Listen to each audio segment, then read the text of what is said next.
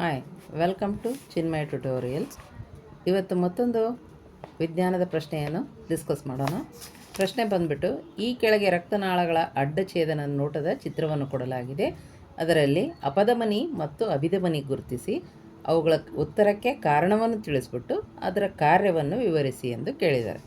Okay, ಈಗ ಮೊದಲನೇ ಚಿತ್ರ ಅಭಿಧಮನಿ ಅಂತ ಬರಿತೀನಿ ನಾನು. ಯಾಕೆ ಅಂದರೆ ಕಾರಣ ಇಲ್ಲಿ, ಏಕೆಂದರೆ ಇದು ತೆಳುವಾದ ಭಿತ್ತಿಯನ್ನು ಹೊಂದಿದೆ ಮತ್ತು ಕವಟಗಳನ್ನು ಹೊಂದಿದೆ. ಇದರ ಕಾರ್ಯ ಏನಪ್ಪ ಅಂದ್ರೆ, ಬೇರೆ ಬೇರೆ ಅಂಗಗಳಿಗೆ ರಕ್ತವನ್ನು ಸಂಗ್ರಹಿಸಿ, ಬೇರೆ ಬೇರೆ ಅಂಗಗಳಿಂದ ರಕ್ತವನ್ನು ಸಂಗ್ರಹಿಸಿ ಹೃದಯಕ್ಕೆ ಮರಳಿ ತರುವ ಕೆಲಸವನ್ನು ಮಾಡುತ್ತೆ. ಮತ್ತು ಕವಟಗಳ ಕೆಲಸ ಏನಪ್ಪ ಅಂದ್ರೆ, ರಕ್ತವನ್ನು ಒಂದೇ ದಿಕ್ಕಿನಲ್ಲಿ ಹರಿಯುವಂತೆ ಮಾಡುತ್ತೆ. ಓಕೆ, ಇಲ್ಲಿ ಯಾವುದೇ ರಕ್ತದ ಪ್ರೆಷರನ್ನು ಇರಲ್ಲ. ಇನ್ನು ಬಿ ಅನ್ನೋದು ಅಭಿಧಮನಿ ಅಂತ ಹೇಳ್ತೀನಿ. ಯಾಕೆಂದರೆ ಇಲ್ಲಿ ದಪ್ಪ ಭಿತ್ತಿಯನ್ನು ಹೊಂದಿದೆ. ಯಾಕಂದರೆ ಇಲ್ಲಿ ಭಿತ್ತಿ ಚಿತ್ರವನ್ನು ನಿಮಗೆ ಕೊಟ್ಟಿದ್ದಾನೆ ಮತ್ತು ದಪ್ಪವಾಗಿದೆ. ಹಾಗಾಗಿ ಇದು ದಪ್ಪವಾದ ಭಿತ್ತಿಯನ್ನು ಹೊಂದಿದ್ದು ಸ್ಥಿತಿಸ್ಥಾಪಕ ಗುಣವನ್ನು ಹೊಂದಿರುತ್ತೆ. ಏನಪ್ಪ ಇದರ ಕಾರ್ಯ?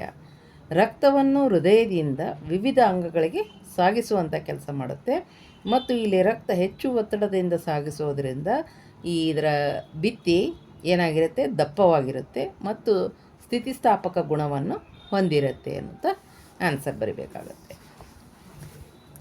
Thank you.